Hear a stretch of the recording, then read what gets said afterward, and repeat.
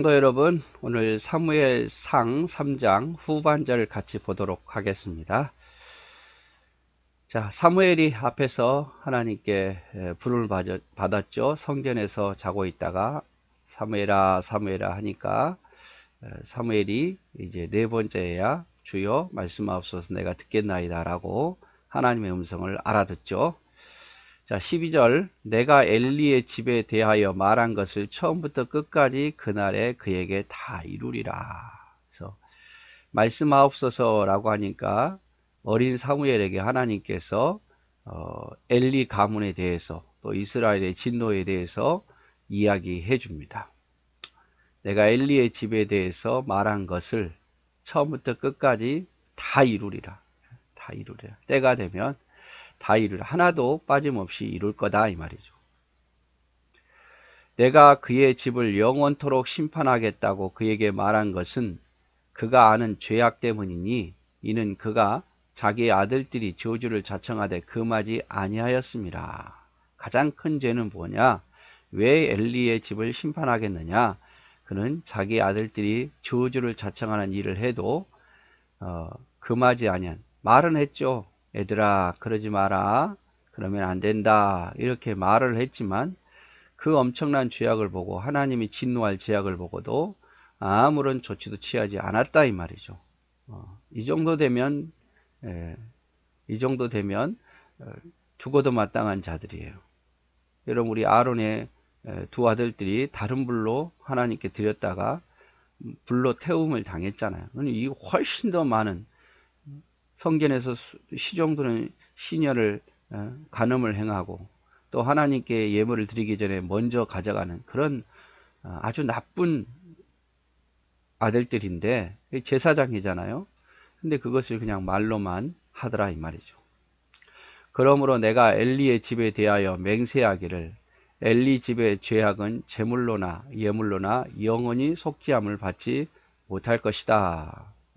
얼마나 큰 죄였든지 너가 회개해도 또 예물을 드려도 제물을 드려도 속함을 받지 못할 거다 이렇게 말한 거죠. 하나님이 앞에서 기회를 줬죠. 다른 선지자를 보내서 심판하겠다. 그때에 그것을 회개하고 돌아왔으면 달라졌겠죠. 그러나 그 이후에도 달라진 게 없어요. 그래서 하나님께서는 어린 사무엘을 통해서 엘리 집안에 어떻게 하나님께서 심판하실 것을 이야기를 하는 거죠. 또 사무엘도 그 이야기를 듣고 어렸을 때부터 하나님께 범죄하면 심판을 받는구나. 그것을 또 본인 자신도 깨닫고요. 그래서 엘리 가문에 대한 저주를 했는데 처음부터 끝까지 반드시 이루리라. 아무리 제물로나 예물을 드려도 속함받지 못하리라. 왜냐하면 네가 죄악을 보고 금하지 아니하였기 때문이다. 이것이 가르치는 자의 책임이에요. 가르치는 자의 책임. 그래서 자녀들을 가르칠 책임은 아버지 엘리 대제사장에게 있잖아요. 대제사장이라는 직분 하에서 제사장을 금하고 벌하고 그런 책임이 있었고 또 아버지로서의 자식에 대한 책임이 있었죠. 그런데 그 일을 감당치 못했다 이 말이죠. 이게 가르치는 자의 책임입니다. 목사도 가르치는 자죠. 목사도. 그래서 성도들이 잘못되면 성도들이 신앙 안에 살지 않으면 목사의 책임도 있어요. 그래서 항상 괴로운 거예요, 여러분. 부모가 자녀들이 잘못했을 때 공부 안 할 때 속이 상하잖아요. 그래서 야단도 치고 잔소리도 하고 달래기도 하지만 여전히 변하지 않을 때에 마음이 아프고 힘들듯이 마찬가지입니다. 목회자도 성도들이 신앙생활 잘 안 하고 주님 멀리 떠나 사는 모습이 보이면 굉장히 괴로워요. 괴롭고 때로는 잠을 못 이룰 때가 많고 내 양이라고 생각하지 않으면 그렇지 않겠죠. 우리 교회에 있다가 완전히 다른 교회로 가버리면 더 이상 고민하지 않습니다. 왜냐하면 내 양이 아니고 또 다른 분이 양이 되었기 때문에 그런데 내 양이고 우리 교회에 다닌 한 그것에 대해서 늘 괴로워하고 힘들어해요. 그것이 목자의 마음입니다. 나 하나 없어도 목사님 그러겠어? 이거는 여러분 사탄의 생각이에요. 사탄의 말이고 왜 한 영혼이 귀한데 왜 관심이 없겠습니까? 우리 교회가 수백 명 수천 명 모인 것도 아니고 그렇기 때문에 도덕이 그렇죠. 그래서 가르치는 자의 책임, 성도가 잘못되면 1차 책임은 목회자에게 있게 되는 거예요. 그래서 항상 목회자는 듣든지 아니 듣든지 가르치는 일에 힘써야 돼요. 15절 사무엘이 아침까지 누웠다가 여호와의 집의 문을 열었으나 그 이상을 엘리에게 알게 하기를 두려워하더니, 왜? 들은 것이 대제사장 엘리의 집에 대한 저주잖아요. 어린 사무엘이 그것을 말하기가 두려울 수밖에 없는 거죠. 엘리가 사무엘을 불러 이르되 내 아들아 사무엘아 하니 그가 대답하되 내가 여기 있나이다 하니 그가 이르되 너에게 무엇을 하나님 말씀하셨느냐? 청하노니 나에게 숨기지 말라. 너에게 말씀하신 모든 것을 하나라도 숨기면 하나님이 내게 벌을 내리시고 또 내리시기를 원하노라 하느니라. 엘리 대제사장이 얼마나 궁금했겠습니까? 자기에게도 잘 나타나지 않는 하나님이 어린 사무엘에게 나타나서 말씀하셨는데 그 내용이 얼마나 궁금하겠어요. 근데 사무엘은 그 내용이 어떤 내용인지 알기 때문에 두려운 거예요. 그래서 엘리 대제사장이 불러서 얘야, 너 솔직히 말해. 너 하나님께서 말씀하신 것을 숨기면 너 하나님 벌 주실 거야. 그 내용이 어떤 내용인지 모르고 묻는 거죠.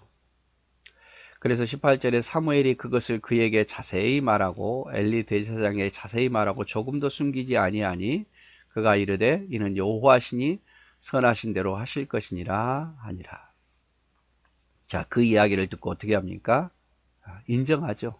앞에서도 한 선지자에게 이미 들었고 뭐 달라진 건 없고 그래서 하나님의 선하신 대로 하실 것이니라 하니라.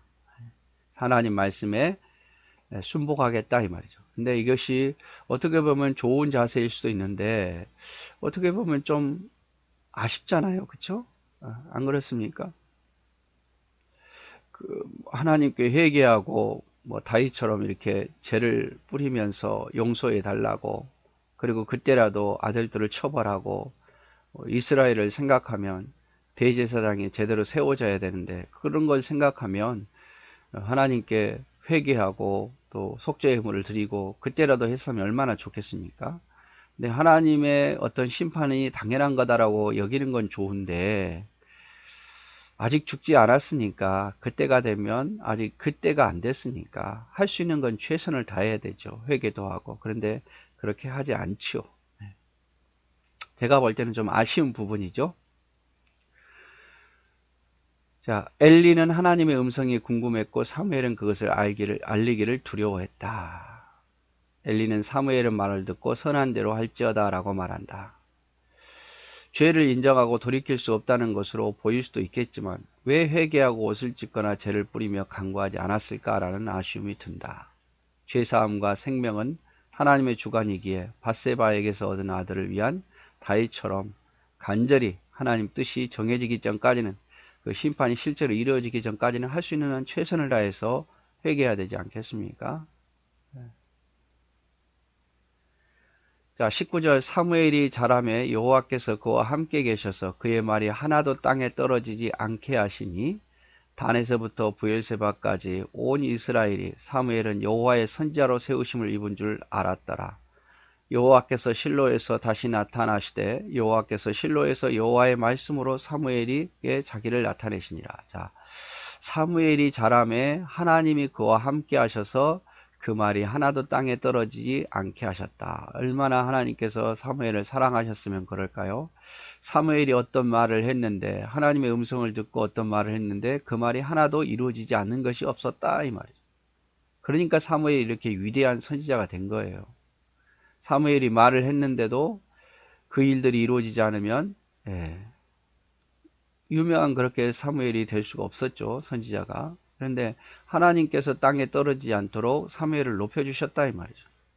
어떤 말이든지 하고 어떤 말이든지 애언을 하면 그 말을 이루어 주셨다 이 말이죠. 그래서 단에서부터 브엘세바까지 아시죠? 이스라엘의 최북단 단에서부터 최남단 브엘세바까지 여기 12정탐꾼을 보낸 곳이잖아요.